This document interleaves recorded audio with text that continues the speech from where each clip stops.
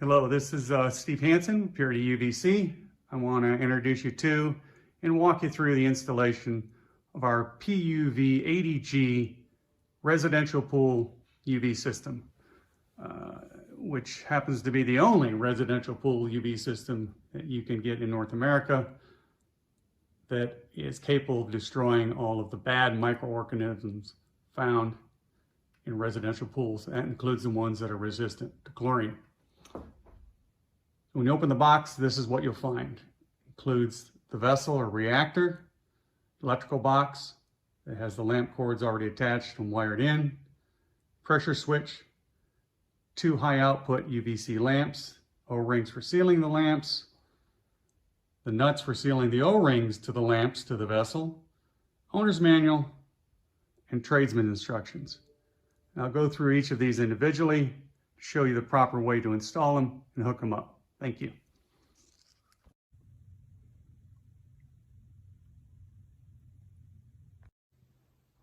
Here we have the owner's manual, or IFU, 39 pages, tells you everything you could want to know about the system.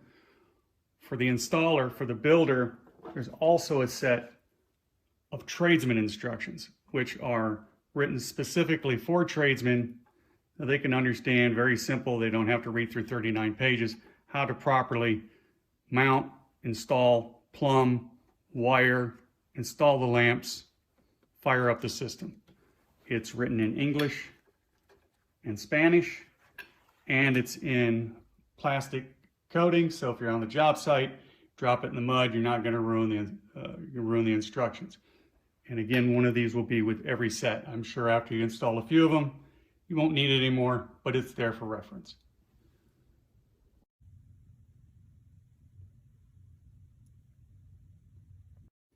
Here we have the PUV80G reactor or vessel. It's made out of 300 series stainless steel. It features 3-inch NPT inlet and outlet.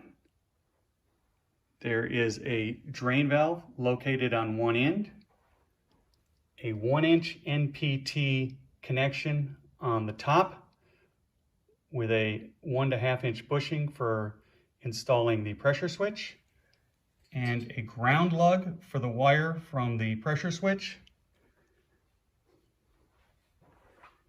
as well as a second ground lug to go to earth ground once it's installed. The vessel has 2 mounting tabs. Each end of the vessel has identical ports for inserting and sealing the lamps. The lamps can insert from either end, and the wires can connect to either end.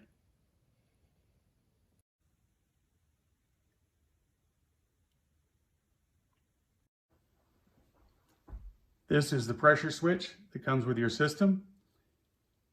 It has a 1/2 inch NPT threaded connection that screws into the 1/2 inch bushing on top of the vessel.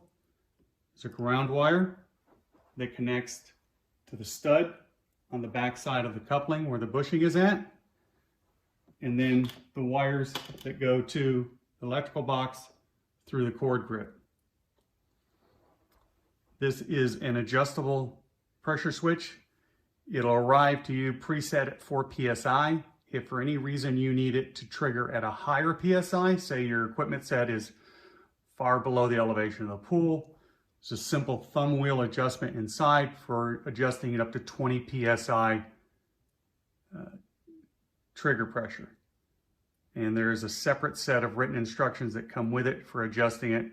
Don't anticipate that you'll need to adjust it, but they'll be there if you need it. A set of instructions is also available on our website.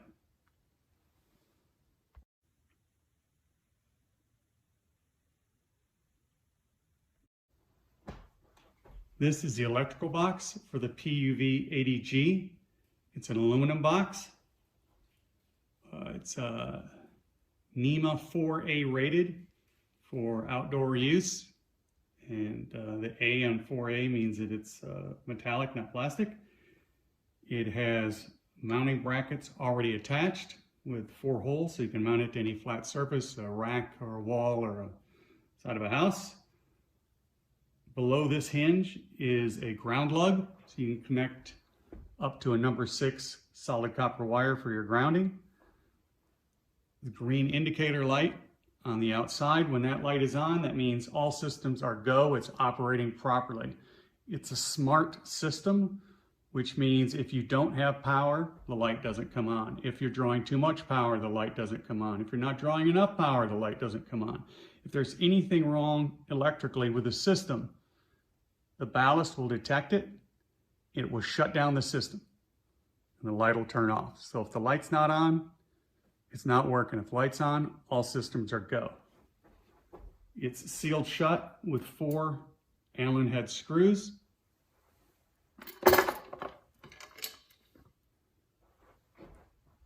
When you open the box, you got all your terminal blocks, place for it to connect your mains coming in, and then there's a ballast and a connection for the wire from the pressure switch. Your mains comes in through this 1/2 inch non-metallic flexible conduit connector. Bring your mains in here. It can be 120 volt, it can be 240 volt, doesn't matter. You don't have to change anything. It's a smart system. It'll detect what kind of power is coming in and work with it to send proper power to the lamps. If you're bringing in 120 volts, line, neutral, ground. If you're bringing in 240, line, line, ground. 3 wires and you're good on the mains. This connection here is for the wire from the pressure switch. Comes up through this connection. You have a green, a black, and a white. Green goes to ground. Black and white go to and from. Doesn't matter which one is black, which one is white. You're simply closing a circuit through a relay and you're all good. Here's the seal all the way around. So when you seal it, close the door, tighten the screws, weather tight connection. Okay, I wanted to show you the wiring on my personal pool setup. Now, this relay right here is the one that sends power to my filter pump. And when it comes on, you can see I just piggybacked off the relay, brought the wire over, up into my box, brought it in, line, line, ground. When my pump starts up, it doesn't come on immediately. It doesn't come on until the system sees pressure. Once it sees pressure, the pressure switch closes a circuit through this black and white wire, then it turns it on. So if you're installing this on a pump like a variable speed pump that always has power, you can still piggyback off the relay, because until the pump is actually putting out enough pressure for the pressure trip to switch, then it'll turn on the UV system. So it keeps you from having to dedicate a circuit in your box to our system. Again, you can just piggyback off the filter pump. Or if you want to, you can dedicate one to it. But really, anytime the filter pump is running, our system should be on.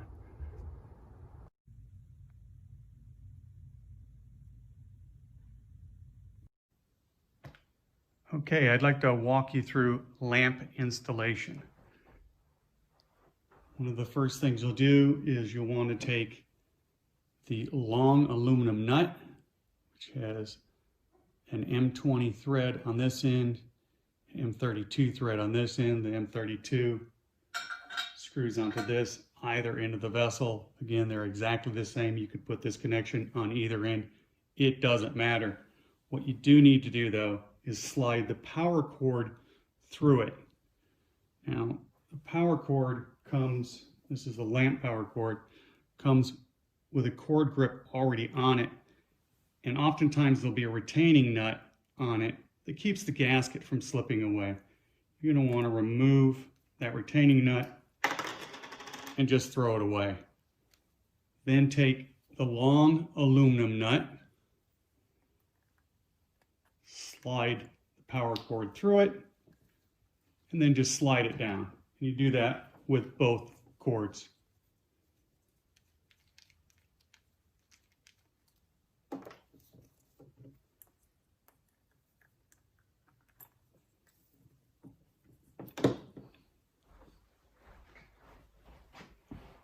Now, on the connections on the vessel, on the long nuts and on these short nuts, on the inside, there's a shoulder that is your sealing surface.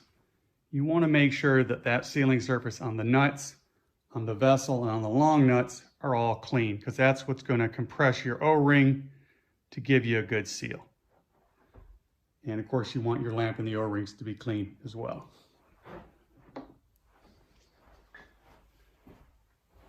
The lamps will install from either end. You can slide them in from this way, you can slide them in from that way, you can slide the test tube in first, or you can slide the power connection in first. It doesn't matter. Now the connection on the end of the lamps, it looks like they're square configuration. It's actually rectangular. So when you go to plug the lamp cord into the lamp, you want to make sure you've got it lined up. It'll pop right on there. So I'm going to install these. Just slide it into the connection. And the easiest way that I found to do it is on the other end, just stick your finger in there. Bring the lamp in. You can feel it.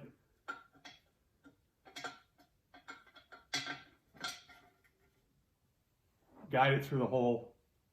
There you go. And of course, you repeat the same thing with the other lamp. Then you're going to want to take and put the O-rings, one on each end of the lamp.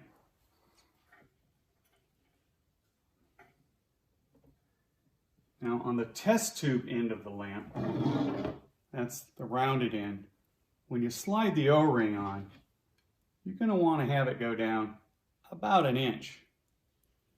Now that's actually too far, but what you're going to do is when you tighten this blind nut on here, you're going to push the lamp a little bit in that direction, and it'll put it in the perfect spot to get the best performance. So we've got the O-ring on about 1 inch. You take this blind nut, screw it on, barely finger tight, and we're good. Take the other O-ring, put it on this end, slide it down till it seats inside that connection. Now you don't have to, but you may want to put some of the silicone food grade O-ring lubricant on there. It makes things easier. You don't have to have it. I normally use it because it just makes it slide on there just a little bit easier. Once you've got it in there, take your lamp cord, again, rectangular configuration, match it up with a lamp, push it on until it's seated all the way up against the base of the lamp. When that's done, take the long nut, screw it on, finger tight, verify that the other end is finger tight. Never use a wrench on these. Finger tight is all you need. It's been tested to 160 psi at finger tight, validated at UL. We know it's good. When both lamps are done, all your plumbing is done, all your wiring is done, you can pressure this up now. And the reason we left this loose for now, the cord grip, is because if there's any leak, you're going to want to be able to see it. So you don't want to let it run 5 or 10 minutes, pump at full speed, full pressure, no leaks. Once that's done, then you can screw the cord grip into the end of the nut, and then tighten the cord grip down on itself. Give yourself a good seal.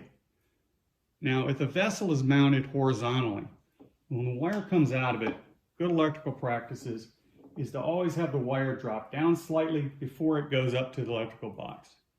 And that's so if moisture gets on here, it drips off instead of trying to get past the cord grip into here. Now, if you're mounting the vessel vertically, you're going to want to connect the wires to the bottom connection for the same reason. So you don't want water trying to enter this area through this. So if these are pointing down, it's not going to happen.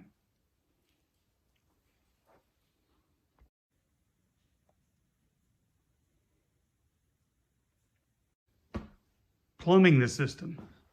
The system can be mounted either horizontally or vertically. It'll work just as well either way, whatever works best for your particular installation. Secure it in place with the mounting tabs, hang it on the side of a wall, or just sit it on the pad. Flow direction in the horizontal mounting doesn't matter. You come in either end or out either end. You can go either direction, doesn't matter. It's a pressure switch, not a flow switch. Which way the water's moving doesn't matter. I recommend that you locate the valve away from a traffic area so someone doesn't accidentally knock it open when they don't mean to. If you're installing it vertically, we recommend that you plumb it with the water coming in the bottom and out the top, because that's basic best plumbing practices. But the truth is, you can do it either way. You can go in the top and out the bottom if you want to. Best installation is in the bottom and out the top. We also recommend that you use a flange or a union or some kind of breakable connection out of the 3-inch or close to it. So if for any reason you have to remove it or remove the other equipment it's hooked to, say you're changing out the heater that's downstream of it, you're not moving the piping around on the threaded connections. Again, you don't have to do that. It's just a better way to install it. Here I just wanted to show you the plumbing. Again, this is my equipment set, which has been on the ground for about 20 years, and I just cut this in about a year ago. Wasn't a big deal to do it. I'm not a plumber, I'm not an electrician, and it still only took me a couple of hours. Basically, I come out of my filter pump, out of my filter, go into the bottom of the reactor. There's the pressure switch. Come out of the top of the reactor, down into my heater, and then from my heater out to my pool. Pretty simple setup. You'll also notice that because of where it's located, I have to install the lamps from the top down, but the wire connection for the lamps is on the bottom. And again, I did that to eliminate the possibility of any moisture getting past those cord grips and onto the lamp connection.